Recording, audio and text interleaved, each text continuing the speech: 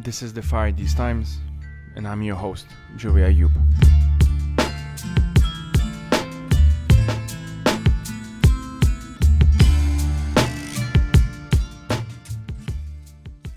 Welcome everyone, this is the Fire These Times. My name is Ayoub, and I'll be your host today. Joining me today are Anas and Elena, who will now introduce themselves. Hello Anas, hello Elena. Welcome, everybody. Pleasure to speak here. I'm Elena. I'm involved with the border violence monitoring network since about 2 years, mainly in advocacy and legal advocacy, and since 1.5 years mainly working on criminalization of people on the move or solidarity. My name is Anas. I also work with BVMN, mostly in the research and investigation team, and generally very interested in border violence monitoring. Let's go with that. Sure, that makes sense.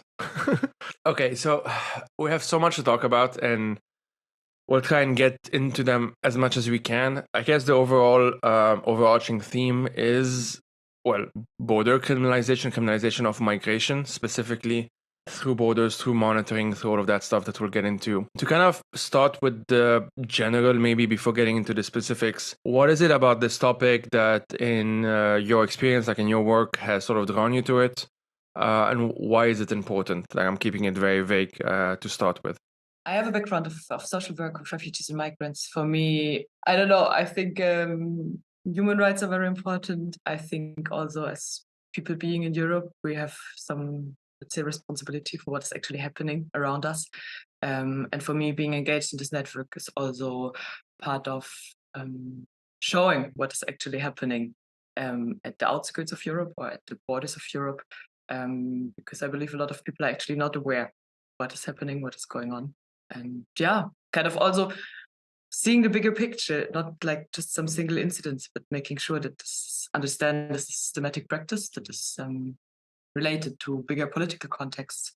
I think that summarizes it really well. I think especially the point about having some kind of responsibility, because I guess part of like having been on the outside of the European Union and inside and seeing the difference in kind of like rights and benefits that you get, it's definitely like you got to understand that like the kind of rights, fundamental rights, especially that the EU claims to provide, they come at a cost, and you see those costs at the borders. So that's what I guess draws me to it.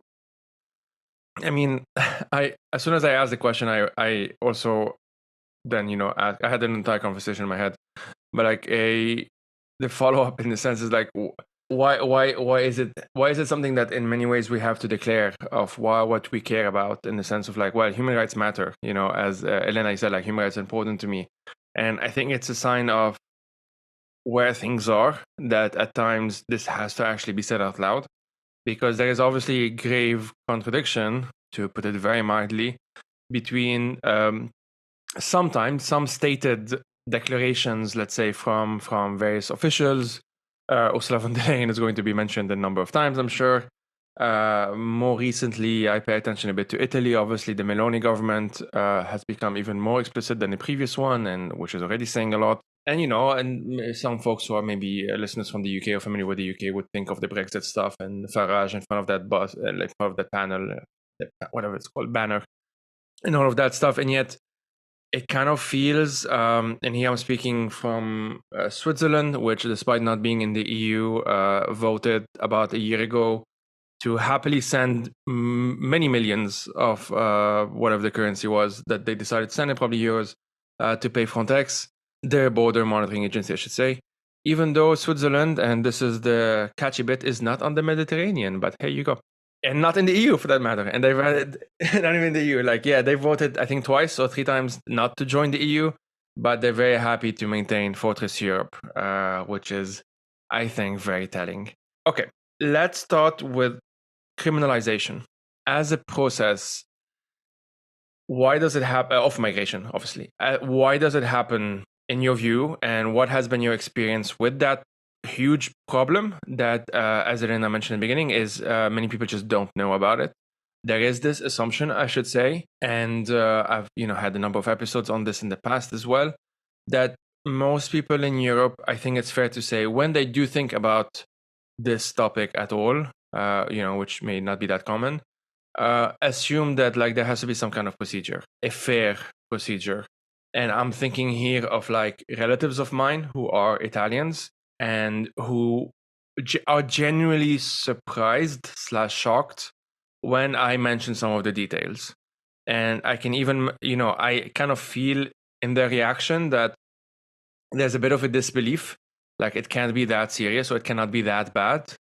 Like, something as horrible as, yeah, the Greek Coast Guards was caught just putting people on a boat and basically pushing them away in sea to go towards Turkey.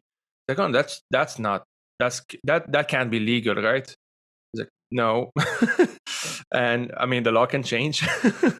But that's the thing. The point is that there is this assumption that there is a system, and that system is, fair, at least logical, rational, whatnot.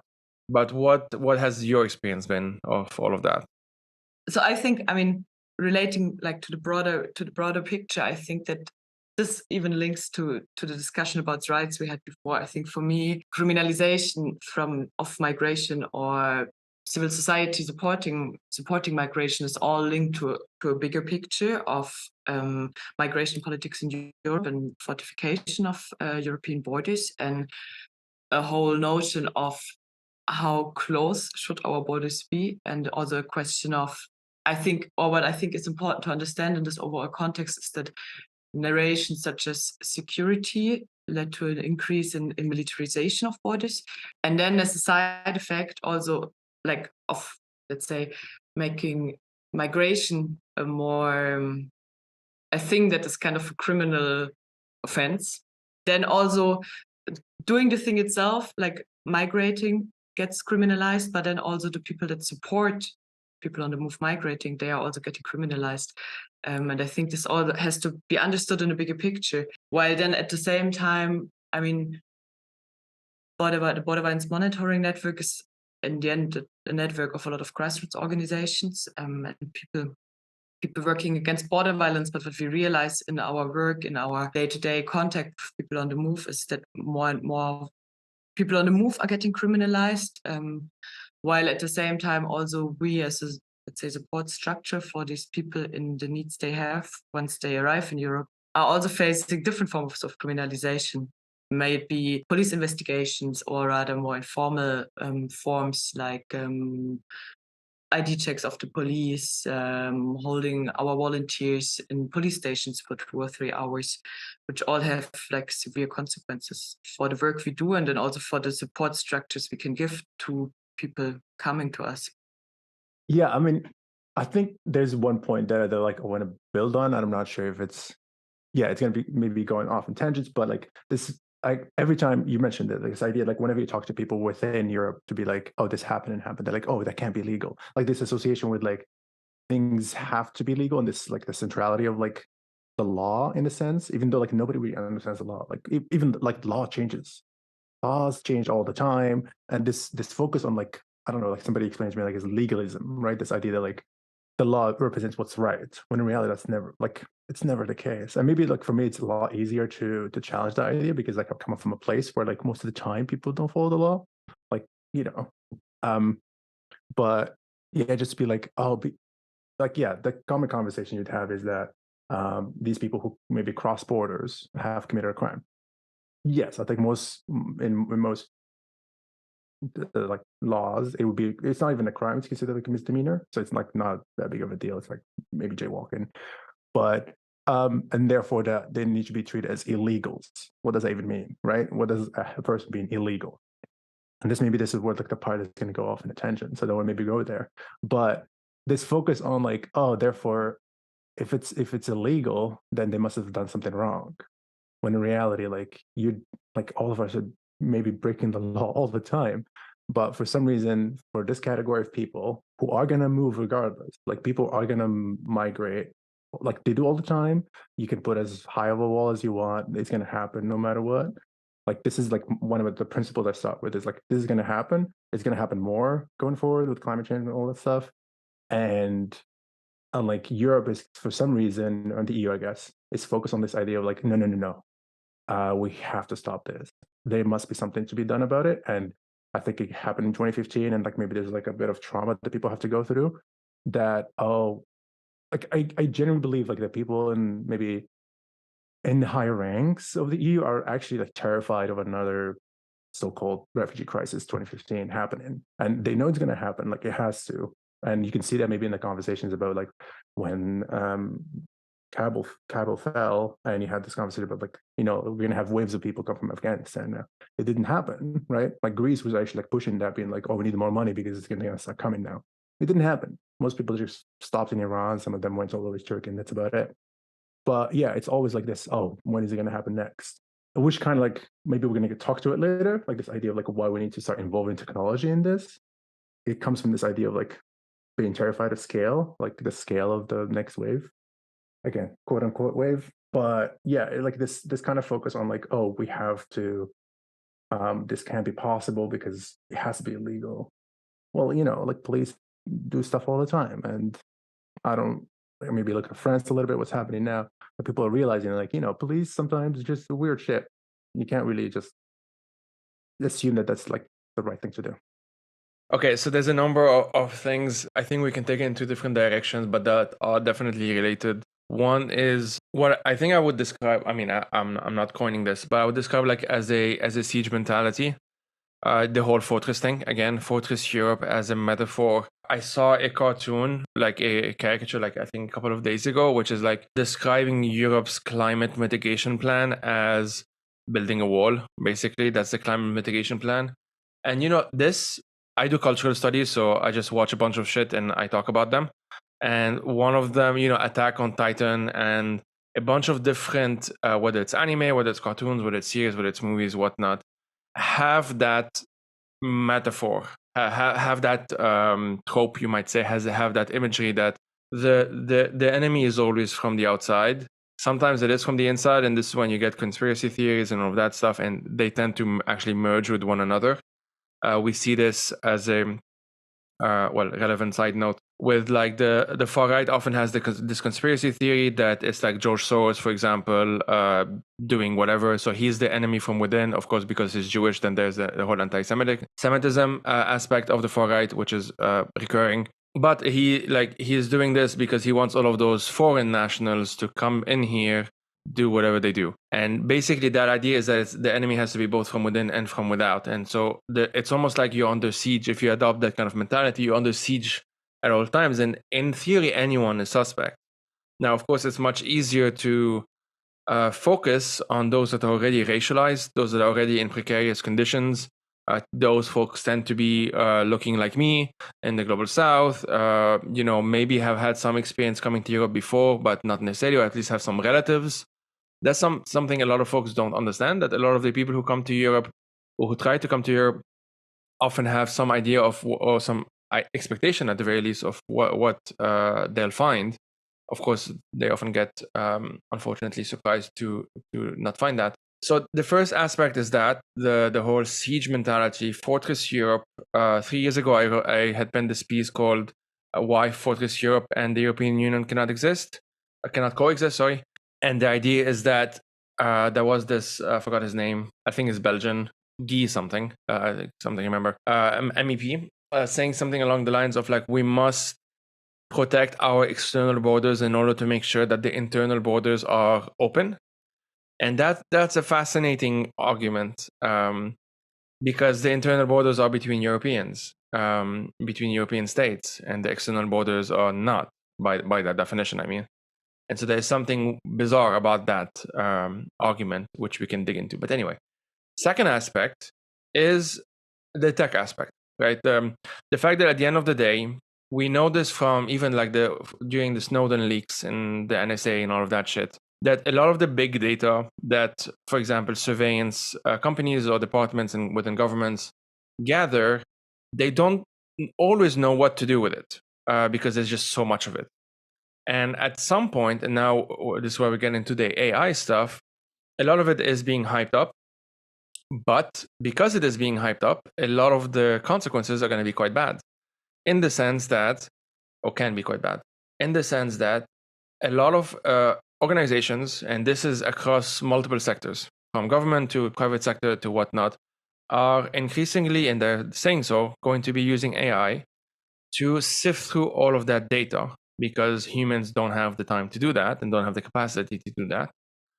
And the risk, of course, which kind of is straight out of a Black Mirror episode, but there we go, is that the results are going to be taken for granted, because a lot of people, to be honest, do not understand what AI is, and they think it's a magic box on your screen, and it's going to tell you what the answer is, and that's just not how it works. Okay, so two different paths. I think we can take this in, but I generally think they are related, and it adds to the sense of confusion that a lot of people might feel. Everything we talk about is already linked with stuff like economic insecurity. It's linked with precarity in general. It's linked with, of course, xenophobia, racism, anti-Semitism, stuff that are within the structures of Europe, but then get exacerbated depending on some kind of crisis, as we know with the Brexit stuff, for example. I'll stop now because I do have this tendency. This is why I have a podcast, I guess. I'll ask for some reflections on your part, see where you want to kind of take this as well, and we'll reassess down the line. I have a couple of thoughts. I think that you're so right that all these topics are broadly like interrelated. And what just popped up in my head actually when we were talking about like how, politicians talking about how we need to secure external borders to make sure that we have internal freedom of movement.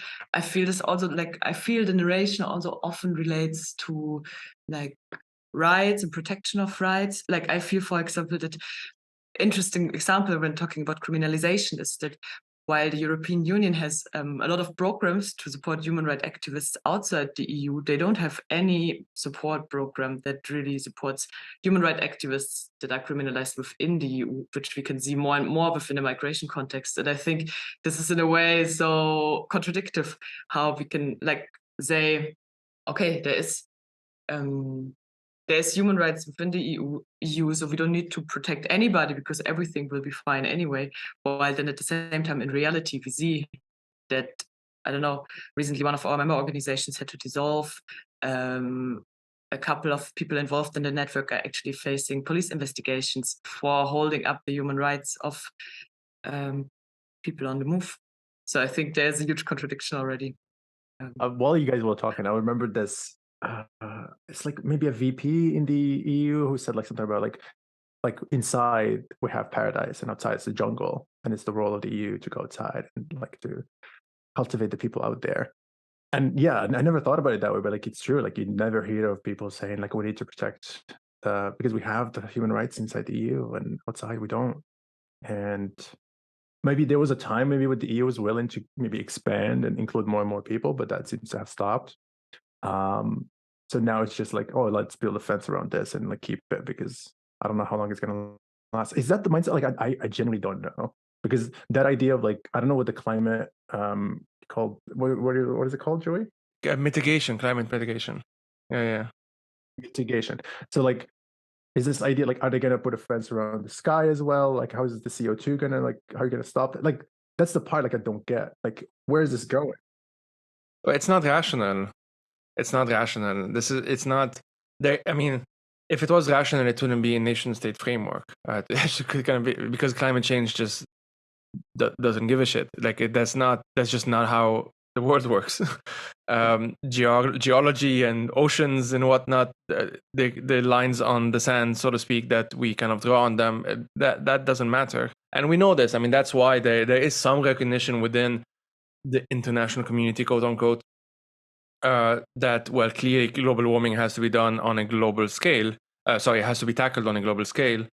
But there is also, I think, an understanding, and this of course gets into politics and then it gets messy, and there's a lot of short-termism because they think of the next election cycles, all of that stuff, that like we have what we have, and there is sometimes this is a theory, I cannot prove it, but there's sometimes a kind of an understanding that what we have may not have come from clean sources, in the sense that what we have may have some blood, in it, so to speak, like blood money. Let's put it that way. We know this in the conversations or the debates that we see around decolonization or around post-colonial justice, for example, And this is where environmental justice comes into play in the first place, because the vast majority of greenhouse gases come from the global north. And that's just a fact. And so at some point, there is this either understanding that, oh, well, maybe we'll have to be a bit poorer, which is not even true, but there is, I feel, that impulse that we definitely see in politics. Like we have this, we have these privileges, we have these resources, we have this healthcare, we have this whatnot, and we need to do whatever we can to maintain it. And this is where the mentality of a siege comes from, or at least gets justified. So it's not rational, and it will not work. But the problem isn't whether it's going to work or not. The problem is just how much suffering is it going to cause until they move on to the next thing. I mean, we don't even talk about the war on terror anymore. It's just not in the news, Now it's illegal migration or whatever it may be. Well, in the meantime, you had 2 decades of private contractors that have made a shit ton of money and, all of that stuff. And they just moved to the next best thing now, I think maybe not only like keeping in what we have, but also like let's figure out how to benefit from the new modes of, I don't know, ownership that we're gonna have. Maybe like I'm keeping in mind like the part of the work that we did is trying to track the people who benefit from all these contracts, for example. And that's part of the work that BVM is doing. So basically, like looking at all this funding that the EU gives for, I think it's called the Asylum and Migration Fund, but it just keeps getting like it's given to like companies to build technology to kind of reinforce those borders. So I'm like, that seems like kind of irrational. Let's just go with that. I think the best examples, maybe like, so that's part of the work that BVM is doing, that we try to look at all these companies that claim to use AI to kind of improve border management, as they call it. Some of them were just ridiculous. There was my favorite example is this kind of tool that's supposed to it's supposed to read your facial features to guess if you're lying or not when you cross on the border. So for example, you show your passport, like we don't even want to deal with humans anymore. Like we don't want to have border agents anymore. And like, I guess it's imagine the world where like there's like billions of people crossing, but let's assume that's the case. And so you're going to be like having this kind of AI or hologram, whatever, and it's supposed to read your facial features. And it was bull crap. Like it's the stuff we see in movies, but like behind it is like €1.5 million that was given to all these companies to go play with these tools. And it's just like, to me, it's ridiculous. It's like you could have used that money in different ways. I mean, I'll take $1.5 million. It's probably better than, because at the end, what's happening now is that, so like as part of the I guess we're going to talk about it later, but the AI Act, which is like this piece of legislation that's passing through the European Parliament right now, and it's a pretty big deal because like the CEO of OpenAI came out and said, "Oh, if this passes, we might not be able to use OpenAI." So now, it's caused a whole debate. But I do think it's like, maybe it's a move in the right direction. It's a regulation that will try to set up a similar system to what GDPR did, which is like try to be the first legislation around this. And we know that GDPR was a good thing because like a bunch of other countries copied it. I think even like a state in the US, California, had a similar thing. So it will be a move in the right direction. But like they just came out and said like, oh, we're not going to allow systems like the one that I was talking about, like that was supposed to in real time try to predict people's emotions using facial recognition systems. Other ones that we saw they're going to be like banned, like for example, tools that try to predict movement of migration movements. This was like another funny one. It's this company, basically it's a consortium of like research universities, which is the other part, I think, that like academia is a bit complicit in this, in the sense that like they're willing to go along with this, which I don't know why. I guess it's for the purpose of like, I never understood academia in general. Maybe this is more for you, Joey, because like you've spent a lot of time there, but like I guess it's for purpose of research, but you can see like that's not going to work. But for some reason, it's worth trying, I guess, for science. I like to imagine that like there's a noble goal there. Maybe this is my fault. Like I try to assume that like there's some good in people, but yeah, it's clearly just like for the purpose of benefit. Like it was like 4.5 million euros that they got for building a system that's supposed to predict flows of migration going forward. And what they use, one of the data sets they use is like Google Trends. So like the terms that people Google in their search terms, which is just like really funny. it's really funny because like I was gonna say, because for me personally, there was always like I lived in Canada for a bit, and every time there was like the end of a US election cycle, you get this spike of people wanting to move to Canada on Google Trends. So it's like, does that mean that we're gonna have a wave of people coming from the US? Maybe. Yeah, all this is to say it's a field that moves a lot. It's very interesting because I like for me, borders are a metaphor because it's like everything that's society that doesn't want to deal with, it ends up at the border. Everything that's gonna maybe come out and like take over the inside as well comes from the border as well. Like clearly, like the increased militarization of the borders is gonna affect the inside of the EU at some point. I use the inside of the EU. Basically, people will living inside the EU. Yeah, it has to. It's like the war on terror at some point. Those you've trained and you've created an entire structure, and once the enemy is gone, because the media cycle moved to something else or whatever, the election cycle has to prioritize something else or something else happened or whatnot.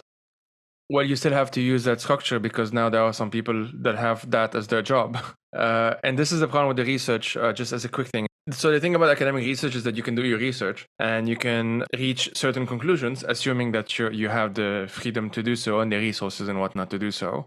A lot of the time, you basically reach inconclusive inconclusive results because you don't have the resources to reach those results, or because the framework, let's say you actually probably needed 10 years, but you're not going to get funding for 10 years. So you stop after 2 years and you say, well, this needs more research. That's basically the end of that. But like, let's say you do the research on whether Frontex is efficient at keeping people out. Like, let's put it that way: keeping people out, and by people we obviously mean people that look like me, while also preserving or respecting human rights, right? Whatever. Let's say this is a research question. Clearly, the answer is going to be no. But let's say they reach that in the sense that the answer is going to be like, that's not possible, and there's a obvious contradiction there. Actually, sorry, let me give you an even easier example that folks, I think, will understand very well. There's an obvious contradiction between the interests of the tobacco lobby and public health. Like, it's pretty basic. You cannot reconcile the two. And this is something that the World Health Organization has said, WHO, which is based here in Geneva, but was also based in Switzerland, or Philip Morris International, Big Tobacco Japan, or whatever they're called, or Japan Big Tobacco, and British American Tobacco. I forgot the names. They want to sell cigarettes. That's what they do. It's in their business model. And so the Swiss government has decided that they want a quote unquote sound balance between public health measures and business interest, essentially. And what that literally means is we want the numbers of people who get sick from smoking cigarettes to be at a not too high level. That's it. That's all it means, because you need to maintain a number of jobs for the quote unquote economy to grow and the consequences of that specific industry. As long as our healthcare system can manage it, well, we won't rock the boat too much. And that's what it means. So the research has already on that. There's no more research necessary on the effects of tobacco. Like, we're done. We're done with this. This was like 70s. It's just that now you have to deal with the business element of it. And the problem now with the hype around AI and giving 1.5 million to see if people laughing means they're lying or whatever. Like, it's just recycled phrenology and recycled, it's like a watered down version of eugenics in some sense, like, if you see what I mean. And that's not scientific, that's not rational, that doesn't make much sense, but there are these other motives, essentially, and they have to justify themselves in one way or another, whether to themselves or to the others or to the contractors or to the media, or the media just, it ends up becoming kind of almost like an open secret. But yeah, just on that research aspect, I'm going to stop rambling now. I will add one thing, because I do know that Philip Morris is like most of their money now they're making it outside of, like, in the global south. That's where they're growing. So it's not like, oh, we're going to make money. It's not going to be you guys. It's going to be the other people over there. So we don't really care. Oh, and the tobacco that they use in Switzerland is not the same tobacco that they use in, for example, Indonesia or Tunisia, as the case that I do this work now. And the case study, so the cigarettes that Philip Morris International sells in, because that's Philip Morris USA, which is in the US, and International, which is everywhere else. So PMI sells cigarettes in Tunisia, and those cigarettes are more toxic than the cigarettes that they sell in Switzerland. because if you have a bunch of Swiss people dying, that can be politically complicated, but a bunch of Tunisians dying, well, the Swiss don't give a shit. It's really that simple. I wish it was not. I mean, it kind of sounds very cynical, but that's what externalization of costs means. That's quite literally what it means. Other people will pay the price for it. But see how these two are linked. Like, there's no way of really separating them. I can rant about AI as much as you want. I'm fascinated by technology, but like 90% of what's written on AI is just people who don't understand they just don't understand what it is. It's just a magic box. Like, there's something happening on the screen. It's magic. It's making rhymes. This is weird. And, we're going to give it $1 billion to fix our world. That's basically what's happening. I wish it wasn't that dumb, but it is. For the tobacco industry, it links so much back in a way to what BVMN is trying to do, or what, like, I think a lot of the discussions we had right now, they're all linked to the same kind of narrative we just showed actually here, this kind of which life is actually more valuable, which narratives do we give, and onto what costs, onto whose costs, or how, no matter how high the costs are, do we invest into technology that might then not actually lead to the outcome that would be good if you zoom out to look on a broader picture. And for me, this is a lot of the work BVMN at least tries to do, is like counter-narrate stories, kind of like showing, hey, this is where it leads to, this is where AI or other technologies at the borders are used, this is how this leads to criminalization, and this is how this can be traced back to funding, and this might not be what we actually want. I don't know, Europe, the world, however, to be like. Yeah, and I mean, they often then end up funding research to resolve a problem that the previous round of research, quote unquote, or investments, and in any case, have caused. So if you decide that the premise is that there must be more bordering, and by bordering, I'm using the term of like creating a border, creating the process of a border. And this can be literally a border, as in like an actual physical border, but it can also be psychological, it can be cultural, it can be just a linguistic, right? Like a separation between the German-speaking parts of Switzerland and the French-speaking parts of Switzerland.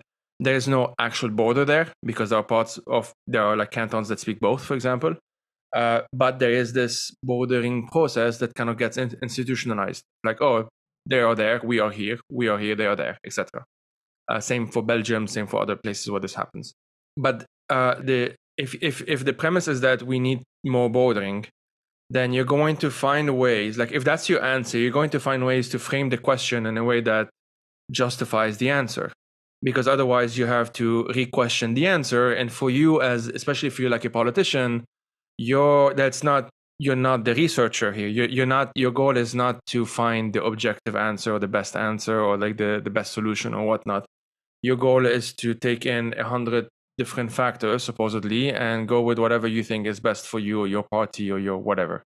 And this can easily mean, well, if I go out like Ursula von der Leyen, if she understands, and maybe she does, that like this thing just is not good and it does not work, what can she do about it in that sense? I'm not saying, imagine her as like symbolically, not her specifically. Because the institution, because like suddenly you have to now admit that, I don't know, 10,000 people to whom you gave all of this money to develop this technology or whatnot that is clearly not good and cruel and whatnot, that you kind of wasted money on them. And the EU doesn't like to admit this usually. They prefer spending more money than admitting that the money that they've spent was kind of useless. Useless by quote unquote, again, that there's still a use in the sense that people obviously get hurt from it. But it doesn't achieve supposedly the intended purpose. For example, we barely talked about this, but maybe we can get into this now. Tackling smuggling, which is, a huge thing that the EU is very concerned with, clearly. And there's this huge problem of like 1 billion smugglers coming every day and stuff like that. And they smuggle people and they are mean people and bad. And sorry, I'm being dumb. But like it's in the sense that even if they don't find any smugglers, they will create one. They will invent one. There is what's called ghost smugglers. And basically they decide that, well, I don't know, 15 migrants from Sudan and Eritrea and whatever came through Libya to Italy, let's say.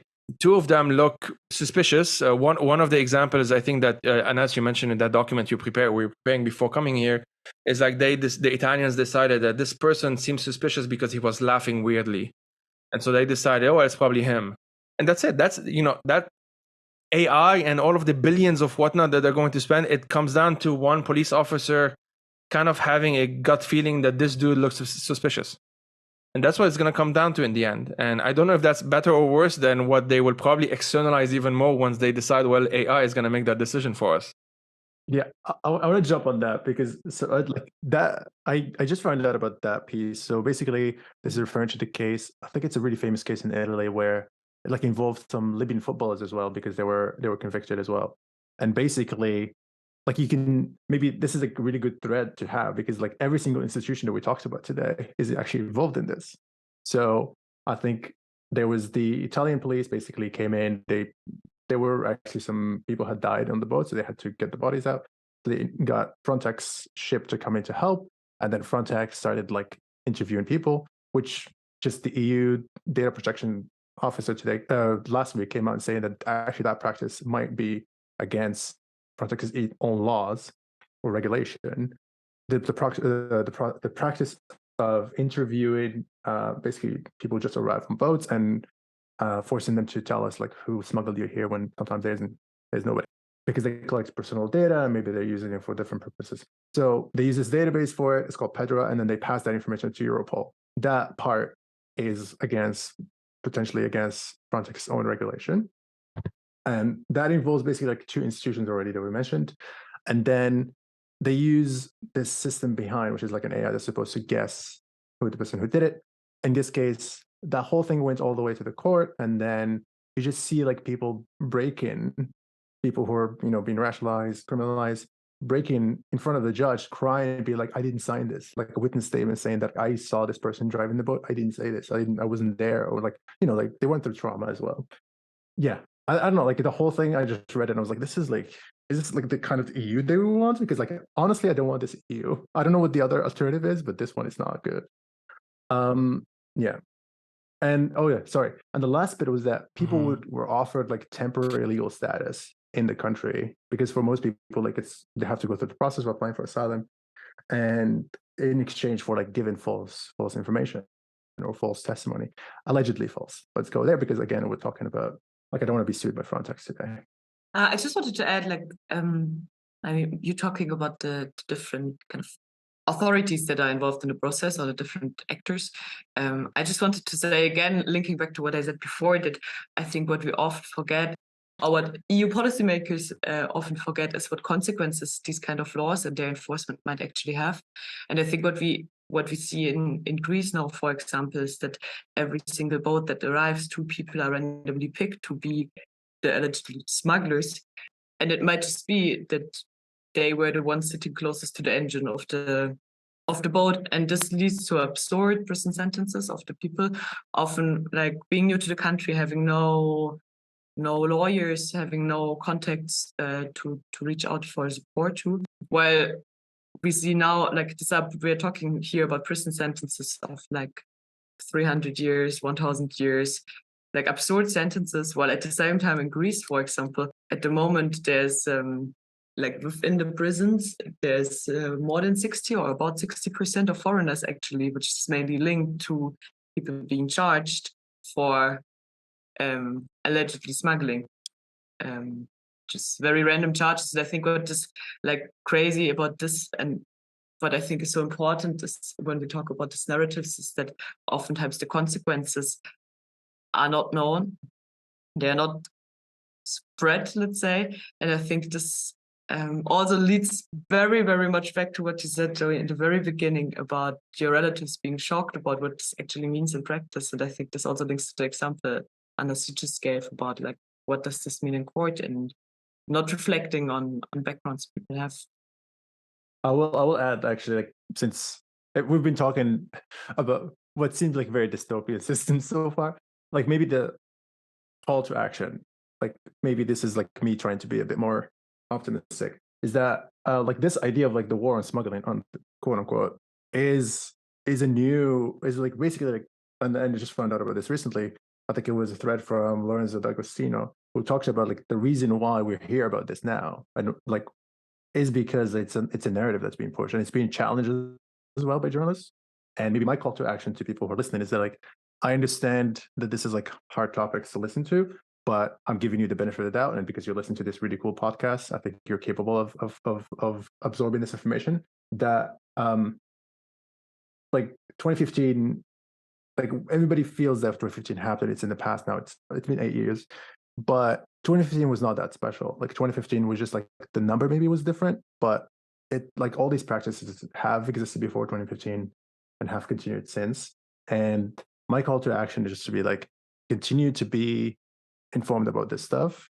You don't necessarily have to join a campaign if you want. That would be nice, but like just continue to be informed. There are really good journalists that are doing really good work, like showing all this stuff, all the stuff that I mentioned and that and then I mentioned as well is like it's on the news.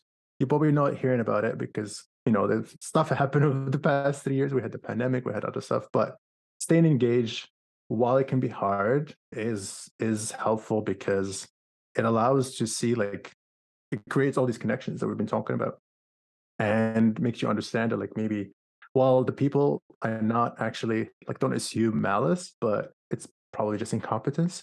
But like there are these threads that show up and people are always like, oh, but why this happened? Well, it's pretty clearly because it came from somewhere. And this is a really good way to kind of be aware of the situation in a way. I don't know. This is just me having to like kind of clear the room a bit. That's good. Thanks. I was gonna do something not as good as you, so I was going to read actually, and I'll do that, and there'll be a point to it. We'll slowly wrap up in some sense, winding down. As usual, of course, in the end, I'll ask the two of you to sort of reflect a bit on this conversation and maybe also like what we didn't get into as much, and maybe that can be a point of conversation for a different episode. But what I'm going to do before that is read to listeners the whole robots for border, and then they call it row border because that's how creative these people are. I just want to emphasize this. Okay. So this is from Horizon 2020. It's on. I'll put the link in the show notes. So the objective is, and here I'm reading the text. Border authorities and law enforcement agencies, LEAs, across Europe face important challenges in how they patrol and protect the borders. Their work becomes more problematic considering the heterogeneity of threats, the wideness of the surveyed area, the adverse weather conditions, and the wide range of terrains. Although, I just found funny the adverse weather conditions. Although there are several research tools and works targeting these areas independently for border surveillance, nowadays, border authorities do not have access to an intelligent, holistic solution providing all aforementioned functionalities. And so this was a proposed project in starting day 2017 and day 2021. Their budget was almost 9 million euros, and the EU contributed nearly 8 million euros to this. And it went to a Greek company called Ethniko Kentro Erevnas Technologikis. I do not speak Greek, I'm sorry. Anaptikis, whatever. People who speak Greek can correct me on the internet if they want. So what I find quite interesting about this specifically is that if you're in the research world, if you're in academia, like me, you read this and a lot of question marks pop up. A lot of like, what do you mean by this term? What do you mean by across Europe face important challenges? What are these challenges? Because then they explain, right? Their work becomes more problematic. This is a very academic term, considering the heterogeneity of threats. What are these threats? Who are they? Is it only smugglers, are you saying? Or are you suggesting that there's something else? And here's smugglers in quotation. Conditions, range of terrains, which is hilarious. And basically is that this is the premise. The premise is that there is this. This is the problem.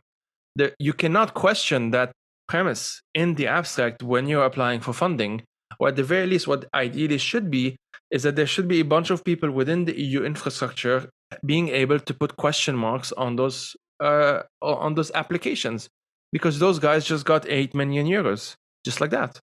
It's really that simple. So I just wanted to make that point and also kind of challenge listeners to go watch a Black Mirror episode and tell me whether this kind of feels a bit familiar. Because that's what it is. It's at the end of the day, they want to externalize the responsibility of quote unquote dealing with migrants racialized migrants specifically, because within Europe they don't count as migrants, Europeans going to other places in Europe. And they want to externalize this to basically an algorithm or a bunch of different algorithms. And I would hope that most folks listening understand that this doesn't seem to be a great idea. But anyway, so I'll ask both of you to kind of reflect, if that's okay, a bit, and then maybe I'll just ask you to recommend stuff to our lovely listeners. I'll go first because it's gonna be very quick on that. While you were saying as well, like you said, intelligence, and I was like, well, we already have that intelligence. It's called humans. Like, would like what are you trying to say? Just replace humans with a robot? Like, yeah, and we've never. Yeah, that's another conversation for another day. We can talk about like why AI hype is so bad. I don't want to go off on another tangent, so I'm just going to focus on my recommendations. I was supposed to come up with recommendations for 3 for podcasts, but I only managed to get 2. One of them is, speaking about AI, there's this episode from the podcast is called Tech Won't Save Us. It's by fellow Canadian Harris Marks, and I think he invited, I'm probably going to butcher her name, Timnit Gebru, who used to work at Google. She was part of the ethical AI project, and they just talk about like how AI hype is the worst, and I absolutely agree. So I really, really recommend you go listen to it. It's probably not going to explain for the average listener. It won't really explain what AI is, but so it's not a really good introduction. But it's probably a good one to listen to if you start feeling like, we should give more powers to machines and AIs, because we shouldn't. The second one I have is a recommendation from podcast, or I think I know they're like VC funded, which is like the only weird part about it. So I'm going to say it out loud, like first part, they're VC funded, but it's a media company out of, I think, Dubai. They're called Criminalizes. They're really cool. Like they really do some cool stuff sometimes. Not the VC funding, but they have this series. I'll have to find it. I think there's a link for it. But basically, they have a series of interviews with this person named Aizen, who's from Afghanistan, and his dream is to go play football in for Paris, I guess, because Messi plays there. Messi is his favorite player, and he has like the most, like, it's the craziest story ever. If there was ever a movie that needs to be made, like Hollywood needs to write a script. Like this was already written already, because like they don't need to hire any writers right now. And basically, he makes it all the way from Afghanistan all the way to. He even talks about the experience of crossing the EU border, which is probably the hardest one to cross, going to Bulgaria, being pushed back, and then going to Serbia, being pushed back. I think it would be like, my only recommendation is to listen to it and like sit with it. It's, I think, 5 episodes plus an epilogue, and eventually he makes it to the UK because he finds that France is not that great, which I agree with. So yeah, it's really, really good. Listen, Eisen, I think, from Current Culture. I don't have a third one. I'll try to think of another one in the meantime, but please go ahead, Elena. Oh, yes. Go listen to every single episode of Fire These Times. I have my top choices would be, I mean, I don't know, am I allowed to do that? Top choices? I allow myself. Okay, so the one, I'm not going to do the ones about Lebanon because I feel like that would be like an easy one. The one from the Armenian experience, that was really good. I really like that one. The conversation with Dana Kurd about the how Qatar was using, I think, the Palestinian struggle as a way to, yeah, that hit me in such a way, because I just realized, like, because it's used throughout Arab regimes, it's done in different ways, but it was like, oh, now it makes sense. Like, wow, there's all these songs about the Intifada back in the 90s. Yeah, I think I'll leave it at that. And the other one about the World Cup was really good. Anyway, all of them are good. Just go listen to them all and listen to them again. Like, once you're done, just do it again. Well, what kind of recommendations can I issue after those? But I mean, just reflecting back on the podcast, I mean, I think what we kind of managed as well as you can manage this in 45 minutes or an hour is to establish this link between broader politics and what do they lead to, and what does this actually mean then on a grassroots level or in practice, and what do we experience. Yeah, I mean, I feel there's a million topics we could go deeper into also as BVMN. Like, I mean, you see, we have this, I mean, we're based on like the core idea is to collect these testimonies of violence and to then use this evidence to do advocacy work on it, to show trends, to then also come in with research, analyze where does the money come from, where are the connections, where is technology used. I think there's a million topics related to it, but always hard to grasp it all in such a short time. Yeah, and my recommendations, I was supposed to look a bit into books to give the reading listeners also something to read. Actually, my favorite, I don't know if I can recommend a German book. I try to see if there's a translation in English, but I couldn't find any. So my German recommendation is actually called, it's a book by Steffen Mau, and it's called Sortiermaschinen, die neue Findung der Grenze im 21. Jahrhundert. And it actually talks about literally what we just talked about. It's about like how within the 21st century, while borders were opened, others were closed, and how borders themselves are actually by identifying who can cross and who can't.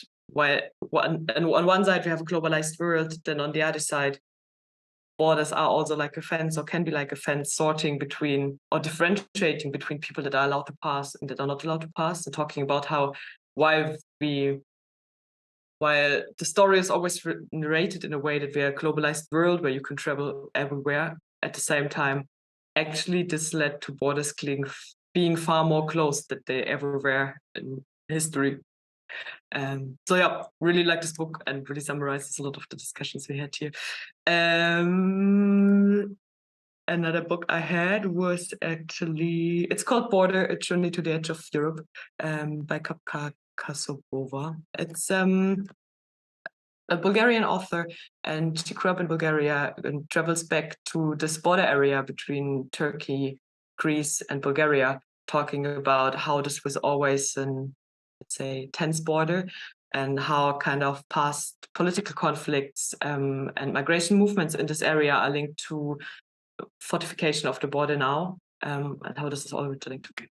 So yeah, these were my two kind of books that are relating to the topic. And apart from that, I mean, I can always recommend read all the kind of what Anna said before, stay informed, read BVMN publications. I think what we try to do is also to create awareness by publishing things. We have a monthly report.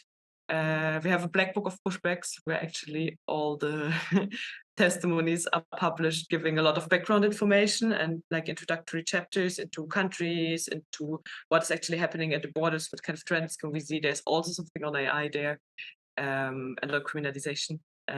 Yeah, so check out our website to make some advertisement for us in this case.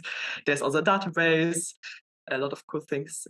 Yeah, because yeah, I agree with what we said. I think staying informed is the most important, and not to look away, and also try to engage into maybe countering narratives that are very present within politics or public, or let's say mainstream discourse, while at the same time when we look at their consequences, they might not be really good narratives or really thought through. Yep.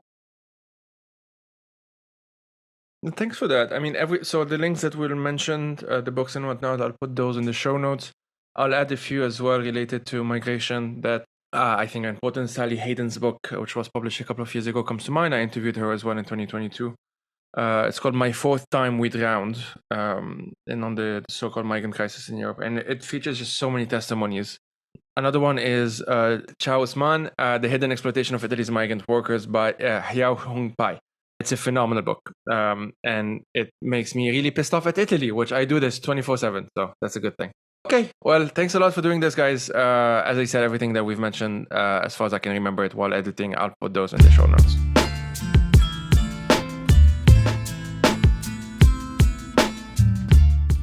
The Fire These Times is hosted by myself, Joey Ayoub.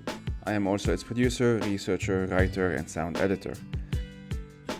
If you want to help turn this project into a full-time job, please head out to patreon.com/FireTheseTimes to support it. These episodes are part of a bigger project which includes resources, a newsletter, and eventually YouTube video essays as well.